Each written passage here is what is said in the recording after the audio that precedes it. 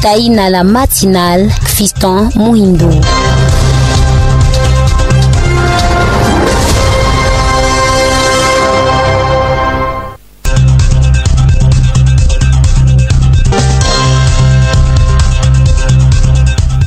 Bonjour mesdames et messieurs, nous sommes très contents d'être avec vous ce matin dans le cadre de cette antenne, l'antenne qui vous informe sur le plan local, national et international. Commençons par cette actualité qui nous parle de FARDC, 8e puissance militaire en Afrique en 2025. Ici, on en parle, c'est l'Institut américain Global Firepower, GFP, qui a récemment publié son classement 2025 du pays en termes de puissance militaire, incluant 145 nations à travers le monde, dont 38 en Afrique. Cette étude repose sur divers critiques tels que le nombre de militaires actifs, y compris les réservistes et les paramilitaires, le budget de la défense, la flexibilité logistique ainsi que le nombre d'avions de chasse et de navires. Elle prend également en compte la disponibilité du carburant pour les opérations militaires. Global Firepower a établi un indice de puissance militaire, le Power Index, basé sur un total de 60 critères. Le score parfait est de 0,000 en l'en croire. Plus d'indices est proche de 0, plus la capacité de combat conventionnel est élevée. Selon cette étude, les forces armées de la République démocratique du Congo, FARDC, obtiennent un score de 1,3, donc 31-11, les plaçant au 8e rang sur le continent et au 66e rang parmi les 145 pays évalués. Les forces armées congolaises se composent de 165 580 militaires actifs, de 31 000 réservistes et de 10 000 paramilitaires. En termes de logistique, le FARDC dispose de 32 hélicoptères, dont 8 d'attaque et 105 chars, de 916 véhicules blindés, de 8 unités d'artillerie automotrices, de 25 lance-roquettes et de 16 navires de guerre. Quant au budget de la défense du pays, il s'élève à 796 000, donc 796 560 000 $ américains, c'est le Global Power. Il est à noter que en 2024 comme en 2025, l'Égypte reste la première puissance militaire du continent et occupe le 19e rang mondial.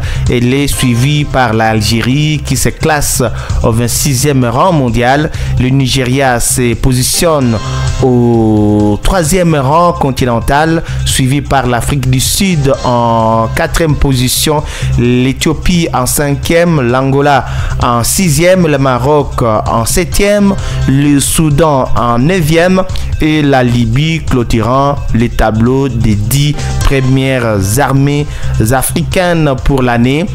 À l'échelle mondiale, les États-Unis demeurent la première puissance militaire avec un budget de défense de 895 milliards de $ américains. La Russie est classée deuxième avec un budget de défense de 126 milliards de dollars. La Chine occupe la 3e place, donc le 3e rang, avec près de 267 milliards de dollars pour sa défense. L'Inde arrive en 4e place avec un budget de 75 milliards de dollars, suivi par la Corée du Sud au 5e rang avec 46 milliards. Le Royaume-Uni se classe 6e avec un budget de défense de 71,5 milliards de dollars américains, tandis que la France est 7e avec 55 milliards. Le Japon occupe la 8e place avec un budget de 57 milliards. La Turquie est 9e avec 47 milliards et l'Italie clôture la liste des 10 premières puissances militaires mondiales avec un budget annuel de défense de près de 31 milliards de dollars américains. Voilà à noter ce matin. Toujours dans le cadre de cette antenne, parlant bien sûr des forces armées de la République démocratique du Congo, percée du M23 /RDF à Minova et Bweremana, le FARDC appelle la population à ne pas céder à la panique. C'est dans un communiqué publié ce mardi 21 janvier 2025, les forces armées de la République démocratique du Congo FARDC confirment la prise de Minova et Bweremana par les rebelles du M23 soutenus par l'armée rwandaise. Cependant, le FARDC appelle la population au calme et à ne pas céder à la panique et à la désinformation. En outre, l'armée régulière affirme que l'ennemi enregistre des pertes en hommes et en matériel sur toutes les lignes de front. Le FARDC porte à la connaissance de l'opinion que les combats contre l'agresseur rwandais se poursuivent dans tous les fronts au sud du territoire de Lubero, dans les hauteurs de Sake et dans l'Inyiragongo. L'armée rwandaise et ses pantins du M23 sont repoussés. Par contre, l'ennemi a fait une percée sur Minova et Bweremana, peut-on lire dans ces mêmes communiqués.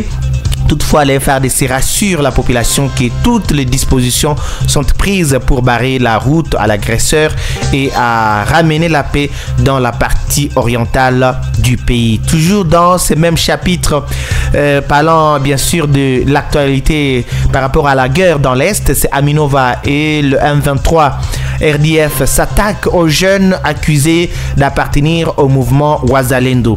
On en parle ici ce matin. Ici, ce sont les terroristes du M23 /RDF qui ont pris le contrôle de la très stratégique cité de Minova en territoire de Calais et au sud Kivu depuis le matin d'hier 21 janvier 2025, après les rudes combats avec les forces armées de la RDC et leurs alliés les Wazalendo.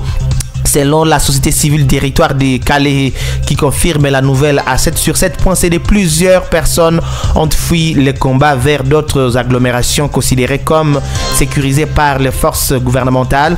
Ils sont partout ici à Minova. Ils ont eu un échange avec les habitants. La situation humanitaire est très critique ici et ailleurs. C'est une chasse à l'homme. Ils commencent à viser des jeunes accusés faussement d'être des Wazalendo. 17 sources. Un habitant joint par 7/7.cd affirme que les rebelles ont procédé à des pillages visant des maisons et des hôtels et le commerce de certains officiels et grands commerçants. Ils ont visé des hôtels de commerce et autres biens de certains officiels et de commerçants. Pour l'instant, ce sont des jeunes gens qui sont sortis par curiosité pour écouter ce qu'ils ont à dire, mais tout le monde a peur. Minova s'est arrêté un moment, confie cet habitant. Les forces armées de la RDC sont à pleine opération quartier Pillard. Deux qui visent à répliquer aux violations du cessez-le-feu par les terroristes du M23 RDF dans l'est de la République démocratique du Congo.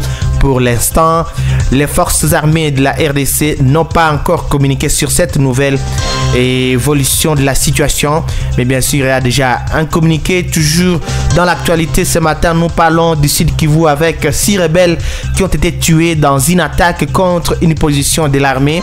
On en parle ici ce matin. C'est bien sûr le matin du 20 janvier 2025. Les forces armées de la République démocratique du Congo, FARDC, ont déjoué une attaque menée par une coalition de groupes terroristes, notamment Makanika et leurs alliés Red Tabara, soutenus par l'AFC RM23. L'assaut ciblait la position stratégique de l'armée loyaliste du 132e bataillon de la 13e brigade de réaction rapide basée à Ougeafi, près de la rivière Luiko. Face à cette tentative de déstabilisation, les FARDC ont réagi avec promptitude et efficacité, infligeant des pertes importantes aux assaillants. 6 terroristes ont été neutralisés sur les champs et 8 autres blessés, indiquent les sources militaires dans la zone. Cette victoire témoigne de la détermination des forces loyalistes à défendre l'intégrité territoriale et la sécurité de la population congolaise. Dans une déclaration, les porte-parole de FARDC pour les secteurs opérationnels Sokola 2 Sud Kivu, le lieutenant Elongo Kyondwa Marc a réaffirmé l'engagement de l'armée à riposter fermement contre toute tentative de déstabilisation. Les ennemis de la République dont l'objectif est de s'aimer la terreur et de saper nos institutions ne réussiront pas. Le FARDC reste prête à et mobilisée pour protéger la population et les acquis de notre nation, a-t-il déclaré. Actuellement, la situation est sous contrôle et les autorités militaires assure que les habitants peuvent reprendre leurs activités et donc en toute sérénité. Lieutenant Elongo a également exhorté la population à collaborer étroitement avec les forces de sécurité pour prévenir d'autres tentatives d'attaque. Votre soutien est essentiel pour déjouer les plans machiavéliques des ennemis de la République, a-t-il recommandé. Cette nouvelle attaque intervient dans un contexte où la région du Sud Kivu reste marquée par des tensions sécuritaires dues à la présence des groupes armés. Cependant, les FARDC, grâce à leur engagement et à leur stratégie, continuent de renforcer leur position et d'assurer la protection des populations civiles. Les autorités appellent également à la prudence et à la dénonciation de toute activité suspecte dans les zones sensibles afin de maintenir la paix et la sécurité dans la région. Avec cette riposte victorieuse, le FARDC réitère leur rôle de rempart face aux menaces et leur volonté de préserver l'intégrité du territoire national. Nous poursuivons bien sûr cette antenne dans le cadre de vous informer sur tout ce qui se passe en République démocratique du Congo, tout en vous appelant bien sûr de réagir à l'actualité au 097 23 52 991 097 23 52 991. C'est même numéro sur WhatsApp et nous reviendrons pour l'analyse de vos commentaires et pour aussi la lecture. Nous rendons à Tanganyika, on parle d'un crash d'un aéronef à Kongolo. Bien sûr, c'est à savoir ce matin dans le cadre de cette antenne, mais nous y reviendrons après cette partie dédiée au communiqué publicité. Restez avec nous.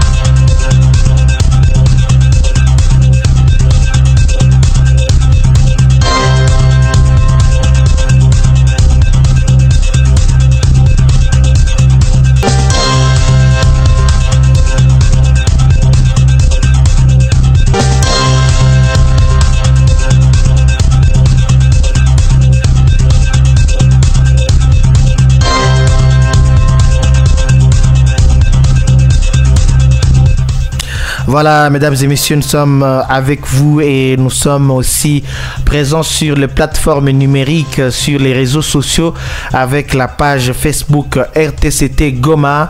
Cherchez-nous et abonnez-vous et surtout n'oubliez pas de commenter nos différentes publications. Et d'ailleurs, aujourd'hui au rendez-vous, nous avons une publication bien sûr qui va bien sûr nécessairement vous intéresser. Voilà, on parle bien sûr de l'actualité concernant la décision du Rwanda qui a décidé de fermer certaines de ses frontières, surtout avec le territoire de Nyiragongo. Qu'en pensez-vous? Également, nous sommes avec Aspirine Mwinuka, militant de la lucha, qui va essayer d'analyser vos réponses et vos différentes commentaires. Donc vos différents commentaires, nous sommes avec lui dans peu de temps. Nous sommes en train d'ailleurs de voir comment entrer en contact avec lui. Et comme je le disais, l'actualité reste dominée par la publication des différentes forces armées de l'Afrique et du monde. Et ici, la RDC qui a occupé la 8e place, la 8e puissance militaire en Afrique. Également, ça fait objet de l'actualité, on en a parlé. C'est bien sûr Global Fire Power qui a publié ça. C'est une institution américaine. Et sur le plan mondial, c'est l'Amérique qui prend la première position, suivie de la Russie. Et il y a plusieurs paramètres qui entrent en jeu pour bien sûr cette classification. On en a parlé au début de cette antenne. Qu'en pensez-vous également?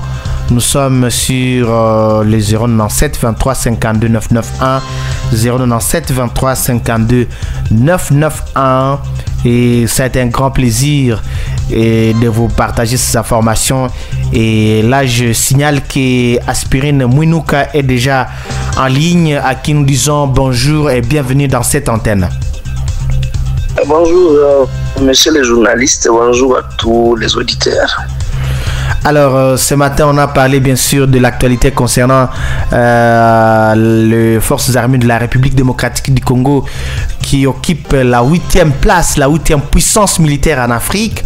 Et bien sûr, c'est Global Fire Power, c'est une institution américaine qui a publié ses classements pour 2025. Nous avons parlé également de la situation à Bweremana où le M23 est accusé bien sûr de la chasse à l'homme, surtout contre les jeunes accusés de Wazalendo, des jeunes que le M23 accuse de Wazalendo, et aussi l'armée qui s'est déjà prononcé par rapport à la situation de Minova et Bweremana, les forces armées de la République démocratique qui appellent la population à ne pas paniquer et à garder son calme, que les forces armées de la République démocratique du Congo vont réagir à cette attaque. Alors, à bref, comment analysez-vous ce point d'actualité?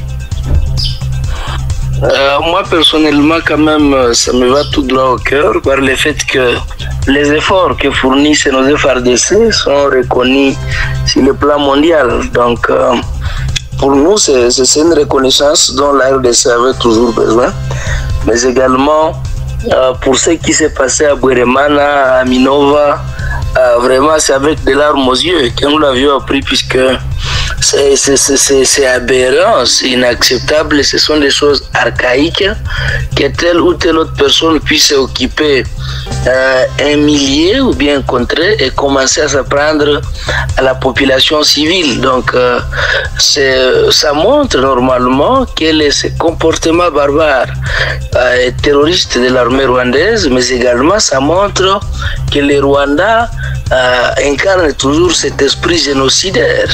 Et aussi, non seulement que ça montre toujours que les Rwandais incarnent cet esprit génocidaire, mais ça prouve au monde entier que Kagame, puisque lorsque telle armée se comporte comme ça sur terrain, et comme le commandant-chef de toutes les armées du monde reste le président de leur pays, ça montre complètement que Kagame est un criminel de son état, monsieur le journaliste.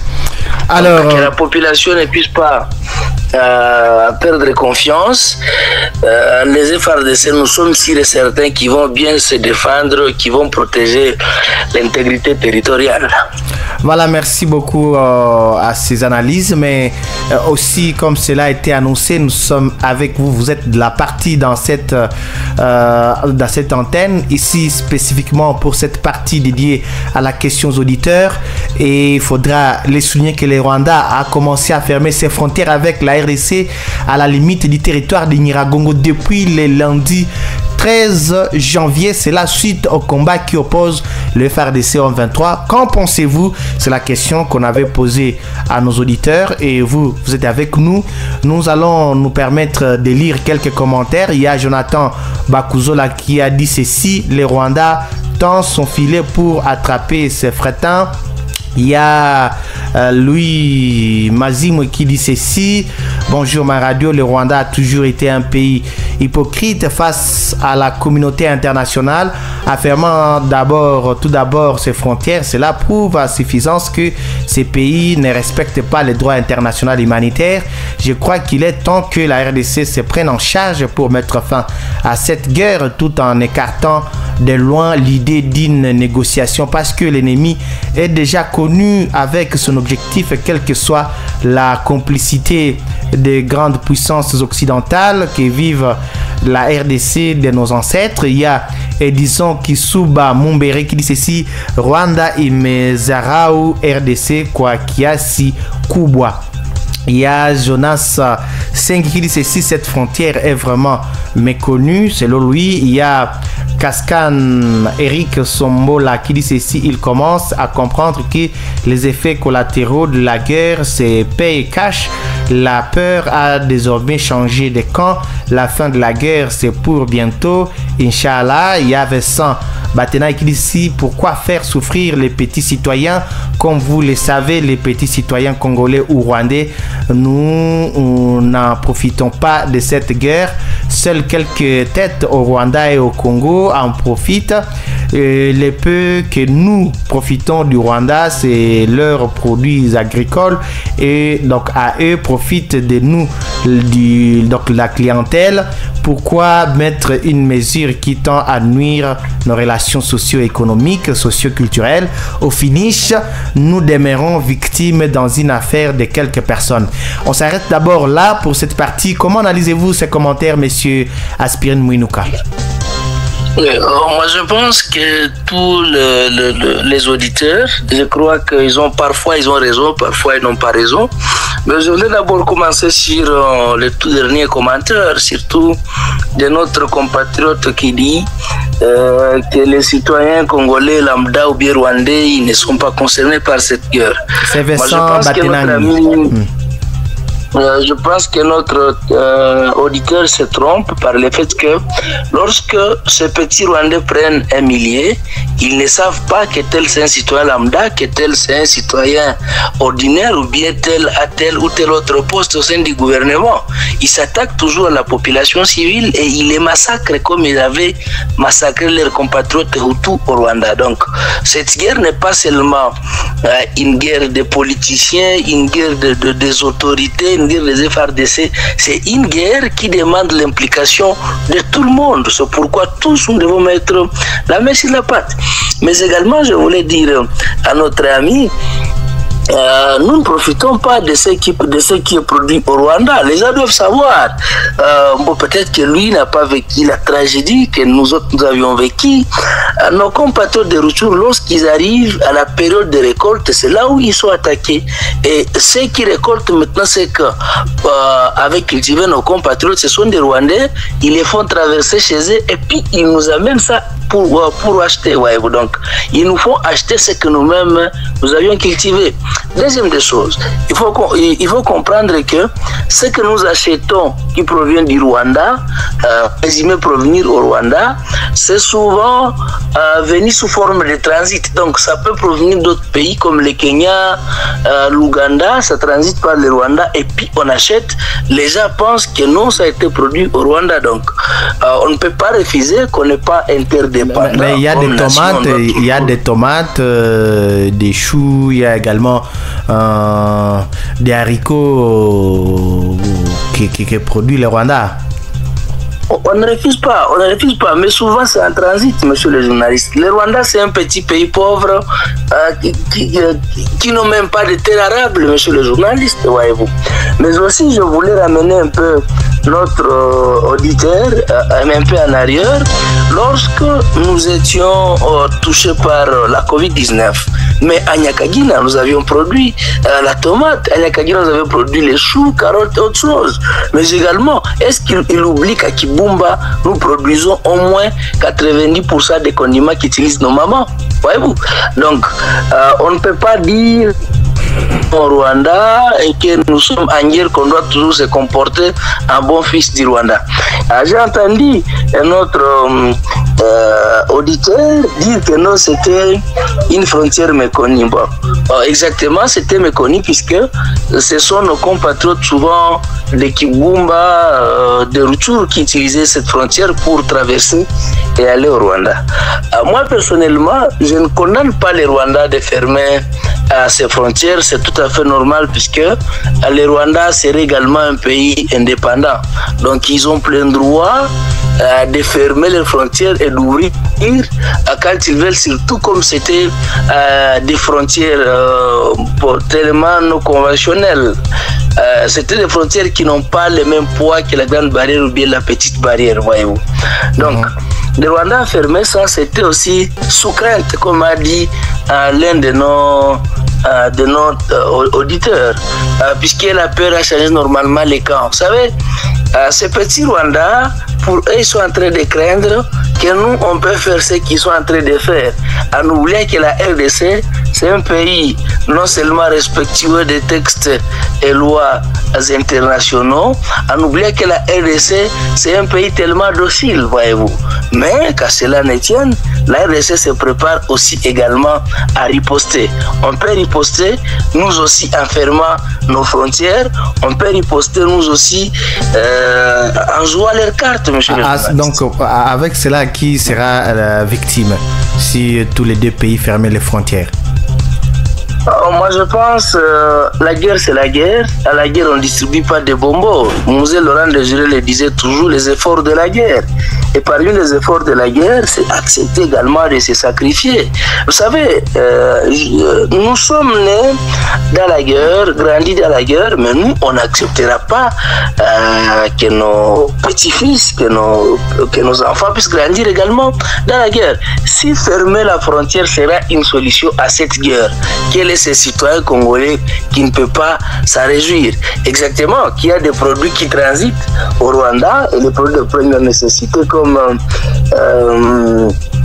les carburants par exemple, mais je crois qu'il y a tant de solutions qu'il faut envisager, monsieur le journaliste. Donc on peut être victime exactement, mais lorsque nous sommes en guerre, il faut apprendre à serrer nos ceintures. Il y a Greg Sankara DG qui a dit ceci: nos dirigeants voient cette guerre avec un œil de négligence, en donnant aux Rwandais le temps de se préparer mieux, et quand ils nous surprendront, nous aurions un grand retard pour nous défendre. Nous perdons comme des lâches et nous serons obligés de nous soumettre.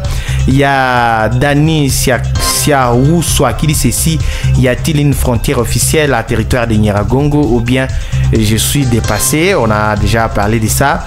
Il y a Pastenag Moïse qui dit ceci: salut ma radio, le plus grand problème est que la population reste victime de la complicité de la politique. Visiblement, il n'y a pas de volonté de Kinshasa de prendre ses responsabilités vis-à-vis de la protection de nos frontières, mais aussi de la population civile. Il y a des données Rukwiza Jackson Boussani qui dit ceci: le Rwanda n'a rien à nous aider. Nous demandons au président de la République démocratique du Congo de fermer aussi et construire un mur qui va limiter la RDC et l'Ouganda. Il y a Batei Chams qui dit ceci: tu dis une frontière ou un passage du Rwanda pour entrer en RDC. Faustin Makembe Kapoupa qui dit ceci: cette information a été publiée. Il voulait dire que ça a été publié quel jour, donc il dit qu'il n'est pas informé. Voilà, c'est l'occasion d'être informé. Il y a Mbonigaba Bosco John qui dit ceci: ils sont très intelligents que nous, donc nous aussi on devrait fermer nos frontières. Il y a Léopold Koubouya qui dit ceci: nos dirigeants accomplissent leur plan. Comment analysez-vous cette partie aussi? On avait déjà répondu sur la question de la frontière, mais ça vaut la peine que nous puissions y revenir, puisque il y a notre ami qui parlait sur la porosité de nos frontières. Bon, exactement. Quelquefois, nous ne prenons pas en considération normalement nos limites frontalières avec nos agresseurs. C'est ce que vous constatez. Normalement, vous dites? C'est ce que vous constatez.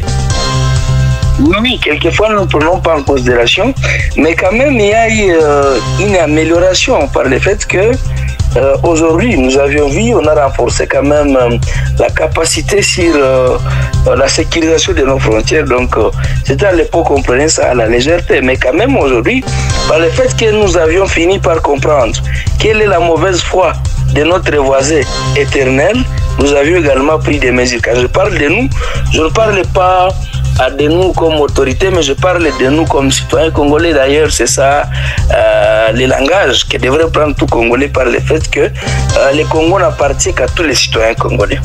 Alors, il y a notre ami qui demandait si c'est un passage ou bien c'est une frontière. Non, il n'y a pas de passage entre deux nations. Lorsqu'il y a même une ruelle, un sentier qui quitte dans tel pays pour un pays, c'est directement une frontière, monsieur les journalistes. Donc notre ami doit comprendre cela.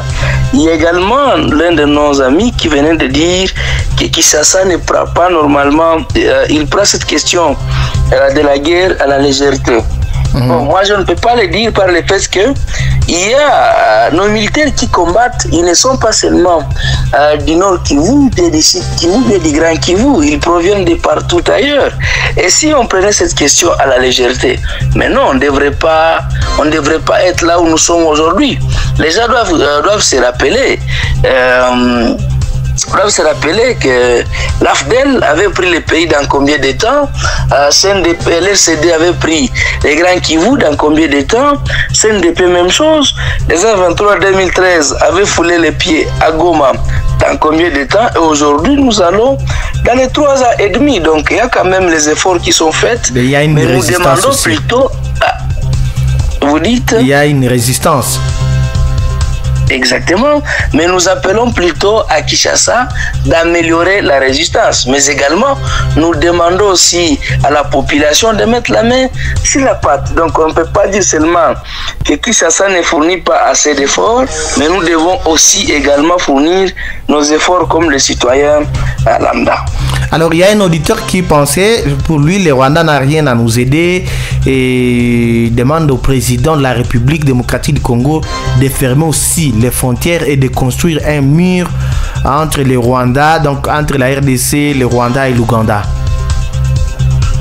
C'est le vœu de tous les citoyens, puisque lorsque vous avez un voisin de mauvaise foi qui ne veut pas comprendre, il faut prendre l'exemple des États-Unis d'Amérique et le Mexique. Vous avez vu, lorsque le président américain, disons mexicain, évitait de traverser chez nous d'une manière illégale, évitait de nous vendre la drogue, ils ne comprenaient pas. Ils ont fini par construire un mur. Et je pense qu'à la RDC également, je suis sûr et certain que les autorités analysent l'étranger. Nous autres, nous ne sommes pas des barbares comme les Rwandais. Voyez-vous, nous ne sommes pas des barbares comme les Rwandais. Notre comportement hospitalier risque d'être également notre danger. Donc, je pense que les autorités y réfléchissent, mais tout doit provenir de nous, la population. Nous sommes les souverains primaires et les politiciens ne sont que des exécutants de notre vœu, de notre volonté. Je pense que les citoyens devra se mettre autour d'une table un bon jour pour réfléchir sur cette situation, sur cette proposition, s'il fallait fermer notre frontière une fois pour toutes et construire un mur. Mais je pense que la nature y décide elle-même et je crois qu'il y aura une solution adéquate à ces soucis. Voilà, il y a aussi un autre auditeur qui vient de nous écrire. Il dit ceci: bonjour, que le régime Félix Tshisekedi donc mobilise le peuple qui sera à même de finir cette guerre dans une semaine pour atteindre ses buts. C'est Moïse Moussike. Je crois que mon frère Moïse a totalement raison. Pour le régime, puisque normalement les premiers bénéficiaires d'une nation, ce sont là qui sont d'abord au pouvoir. Donc c'est le régime de M. Félix Tshisekedi. Mais nous devons comprendre, le pays n'appartient pas seulement au camp Tshisekedi, au camp Kabila, au camp Katumbi ou bien au camp tel. Non, le pays appartient à tous les citoyens congolais. Au-delà d'être dans l'opposition, au-delà d'être au pouvoir, des mouvements citoyens, au-delà d'être de tel autre parti politique, on est d'abord citoyen congolais. Donc moi je pense, comme vous le savez tous, au monde, l'armée la plus redoutable au monde, c'est sa population, c'est la population. Et nous devons prendre l'exemple de nos compatriotes, excusez-moi pour le terme, nous devons prendre l'exemple de nos concitoyens du monde, les Vietnamiens. C'est la population qui avait sauvé leur pays contre les agresseurs américains. Et nous autres, c'est nous qui allons sauver notre nation contre les agresseurs rwandais. L'armée ne peut gagner la guerre qu'à 30%. 60% c'est la population, 10% c'est la politique, donc c'est la diplomatie, voyez-vous. Donc l'armée fait son travail, nous devons nous mobiliser aussi comme les citoyens. Sérieusement que c'est le régime qui doit nous mobiliser, mais comme nous savons quelle est la faiblesse de nos autorités, nous n'allons pas attendre que les autorités viennent nous mobiliser. Nous devons nous prendre en charge. Nous devons faire comme avaient fait les Vietnamiens contre les agresseurs américains. Et lorsque nous allons prendre conscience, que j'appelle toujours la conscience nationale, je vous jure que ces petits Rwandais que vous voyez, ils vont disparaître d'eux-mêmes. Alors il y a un dernier auditeur qui a dit ceci: bonjour Fiston Mwindo. Oui, c'est Eli Kuravu qui dit ceci: les autorités congolaises devraient comprendre que nous sommes en guerre avec le Rwanda. C'est différent des matchs amicaux. C'est nous qui devrions en premier fermer les frontières, mais hélas, il y a des grandes décisions à prendre. Vaut mieux une action que 1000 discours. C'est Eli Kuravu qui dit ceci aussi: l'hospitalité a ses limites. Et donc, dans une minute, si vous voulez commenter ça, comme ça, on va passer à autre chose. Ouais. Je crois que notre compatriote Kuravu Eli a rejoint nos idées par le fait que nous l'avions toujours dit que notre hospitalité risque d'être notre danger. Donc, il rejoint toujours nos idées en appelant nos autorités à la souplesse, puisque la guerre, c'est pas un jeu d'amitié, la guerre, c'est pas un jeu d'enfant, moins comme le football, comme il venait de le dire. Moi, je crois que les autorités doivent prendre conscience, également la population, tous nous devons prendre conscience. Continuons à mettre pression à nos autorités, continuons à revendiquer qu'ils puissent répondre à leurs devoirs, puisque parmi leurs devoirs et missions régaliennes, c'est la protection de l'intégrité territoriale. Et lorsque le pays est envahi comme ça, je crois que les autorités doivent se distinguer des moments de la paix et des moments de la calmie. Merci beaucoup à Aspirine Mwinuka, vous êtes militant de la lucha, nous vous gardons un peu. On va proposer un carnet de communiqué publicité et nous reviendrons après avec vous. Merci beaucoup.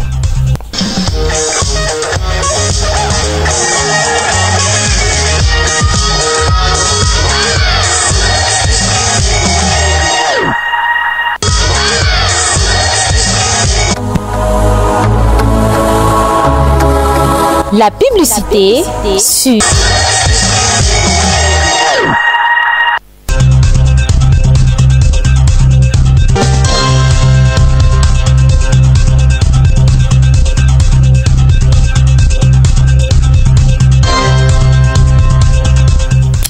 Voilà, des retours dans ces studios. Nous sommes toujours en direct avec Espoir Mwinuka, militant de la lucha RDC Afrique. Rebonjour, monsieur Aspirine. Allez, bonjour encore une fois et bonjour à tous nos auditeurs. Voilà, en tout cas, on est toujours avec vous dans cette partie avant, bien sûr, la partie qui sera dédiée à l'actualité internationale. On a longuement parlé le matin, donc au début de cette antenne, de la prise des Minova et Boueremana par le 1-23, mais qu'est-ce qu'on peut retenir par rapport à cette prise? Est-ce que Goma pourrait vivre les conséquences de cette prise de Boueremana et Minova? Merci pour la question, monsieur le journaliste. La prise de Minova c'est un coup fatal, non seulement pour la République en général, mais également pour la ville de Goma en particulier. Donc, c'est comme quelqu'un qui a été déjà blessé et que vous venez encore d'introduire une flèche dans sa plaie. Comme vous le savez, Minova restait l'unique source de provenance de la nourriture qui alimente la ville de Goma. Et aujourd'hui, en quoi par exemple, oui, venait d'être occupé par ces petits agresseurs rwandais. Donc, c'est toute la population qui est touchée, comme vous le savez. Si à Goma nous mangeons quelques bisamounius en provenance de Minova, si nous mangeons de bananes plantains, c'est à Minova. Si nous mangeons quelques si nous avons quelques légumes à Goma, c'était en provenance. Par exemple, les sombés. Malheureusement, les Rwandais venaient d'occuper Minova. Je pense, moi personnellement, pour éviter quand même que ce coup ne puisse pas être tellement fatal à la population congolaise, particulièrement nous vivons dans la ville de Goma, les autorités doivent mettre en place des mesures avant qu'ils ne puissent récupérer le plus tôt possible Minova. Vous parlez des mesures, par exemple, quelles mesures que vous suggérez aux autorités? J'aimerais que les autorités puissent exonérer les vivres qui proviendront de Minova. Comme vous le savez, lorsque ces Rwandais occupent une contrée directement, ils instaurent leurs taxes.